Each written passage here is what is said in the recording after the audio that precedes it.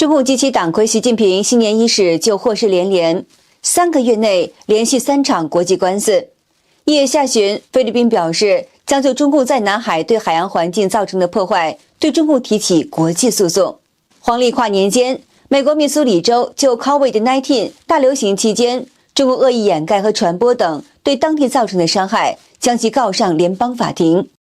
2月12号，外媒又报道，世界公民法院正筹备大中国审判，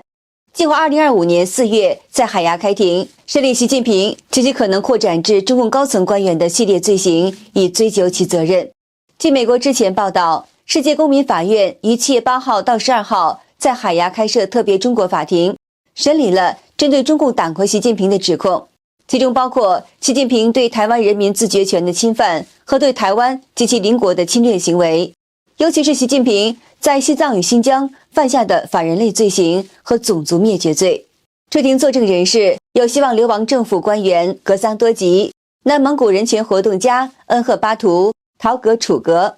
加拿大民主中国阵营副主席盛学等。7月12号，在荷兰海牙举行公开审理习近平的活动宣布结束。主办该活动的世界公民法院在当天发出对习近平的逮捕令，宣布其在西藏与新疆地区犯下反人类罪和种族灭绝罪。逮捕令中说，世界公民法院已经找到足够的法律依据起诉和逮捕习近平，其罪名包括： 1. 对藏人犯下反人类罪，强制转移儿童、监禁或其他严重剥夺人身自由的行为，迫害西藏平民； 2. 对维吾尔族人犯下种族灭绝罪和反人类罪，包括种族灭绝、监禁或其他严重剥夺自由的行为、酷刑、强制转移、强迫劳动、强迫失踪等。世界公民法院呼吁国际社会与各国政府对中华人民共和国主席发出逮捕令，开始正式审判并且采取措施。美国之音报道说，世界公民法院是一个非官方民间组织，由前纽伦堡军事法庭检察官本杰明·费伦兹和诺贝尔和平奖获得者奥列克桑德拉·马特维修克支持创立。本杰明·弗伦兹也是国际刑事法院的倡议者。世界公民法院在2023年2月公开审理并裁决普京犯下侵略罪。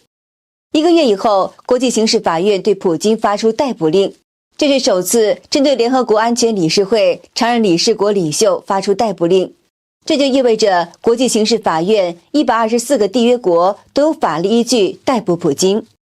有趣的是，国际刑事法院发出逮捕令以后，普京总计出访过12个国家，这些国家全部不是国际刑事法院缔约国，即不可能逮捕普京的国家。2023年7月，南非的金砖国家峰会是俄罗斯重要的外交平台之一，但普京没有出席。媒体纷纷猜测，普京担心被逮捕而有意缺席，因为南非是国际刑事法院缔约国。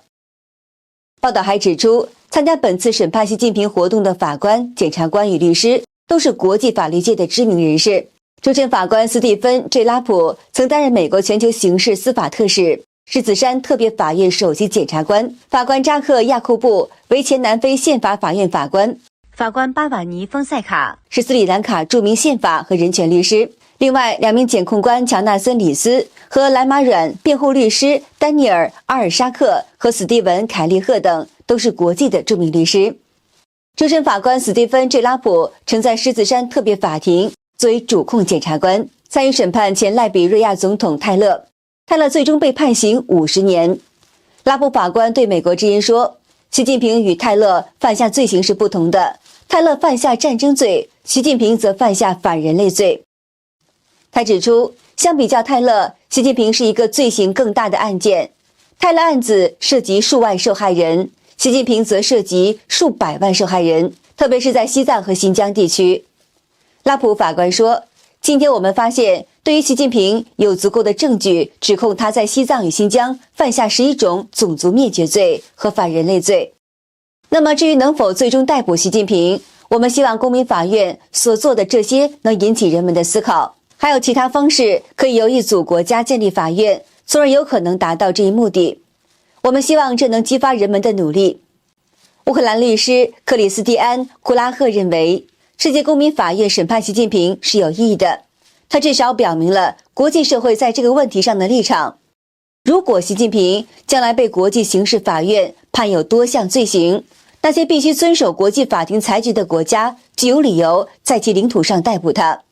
世界维吾尔大会副主席伊利夏提对美国之音说，他非常支持世界公民法院对习近平的审判。他说，维吾尔人和世卫会从2016年起一直努力寻求各种司法途径起诉中共政府和习近平对维吾尔人的大规模的迫害。我们寻求在国际刑事法院起诉，由于管辖权等障碍无法实现，在各界法律人士帮助之下，我们在伦敦成立独立法庭——维吾尔人特别法庭。著名律师杰弗里·尼斯，他是审判前南联盟总统米洛舍维奇的检察官。2021年底，这个法庭作出裁决，裁定中共政府犯下反人类罪和种族灭绝罪。现在我们正在推进在阿根廷起诉中共政府和习近平，因为阿根廷法律在人权方面有全球管辖权，维吾尔人不会放弃任何可能的渠道起诉中共政府习近平的暴行。根据报道，审判习近平极可能扩展至中共高层官员的系列罪行，以追究其责任。这场审判标志着国际社会对中共党魁首次公开、系统性的司法审理。那么，作为专家证人，民阵全球副主席盛雪向看中国详述了审判过程、罪行列表以及这场正义之战的影响以及挑战。盛雪介绍，世界公民法院的成立旨在对全球范围内有罪不能罚、有罪不能判的独裁者提供审判机制，让受害者发声，追究罪行，争取正义。中国是全球人权迫害最严重的国家之一，但是在中共专制体制之下，习近平及其政权根本不可能被中国法律制裁。因此，我们需要世界公民法院这样的机构来填补法律缺口，让世界认识到习近平的罪行，让受害者能够为自己与家人寻求正义。盛雪透露，世界公民法院计划在2025年4月与海牙举行更全面的审判。目前，他的团队正在收集大量受害者证词，并与国际法律专家研究可能的法律指控。他也呼吁受害者联系他的团队，可以在 X 等社交媒体上提供受害证据。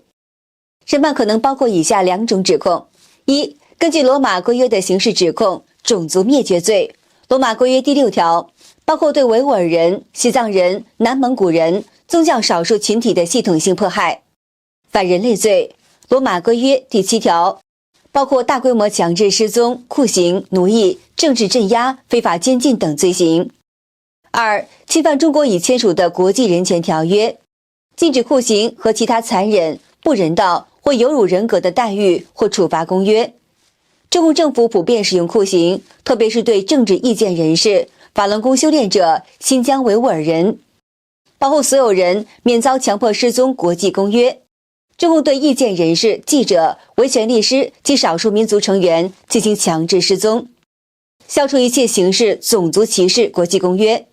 中共政府系统性迫害维吾尔人、西藏人、南蒙古人，并进行文化灭绝。经济、社会及文化权利国际公约，大规模强拆、环境破坏、贫富悬殊扩大。世界人权宣言，中共政府对言论自由、结社自由、宗教自由的极端压制。在2025年4月的审判当中，世界公民法院将进一步扩大习近平的罪行指控范围，涵盖以下领域：地域范围包括满洲国东北地区，主要是历史性压迫与种族迫害；香港主要有关民主自由遭到灭绝，意见人士遭大规模逮捕与折磨，以及南蒙古人受到文化灭绝以及种族迫害。那罪行范围与受害群体包括中国人权律师群体以及家属、法轮功修炼者及普通中国公民的器官活摘、强拆房屋、抢夺土地以及财产掠夺、新冠病毒隐瞒及受害者迫害、毒食品泛滥导致健康灾害、隐瞒水灾泄洪导致大规模伤亡、对中国民主党的残酷镇压、毒疫苗导致儿童健康危机、精神病院滥用、意见人士被非法拘禁、未成年人遭受身心侵害与限制自由、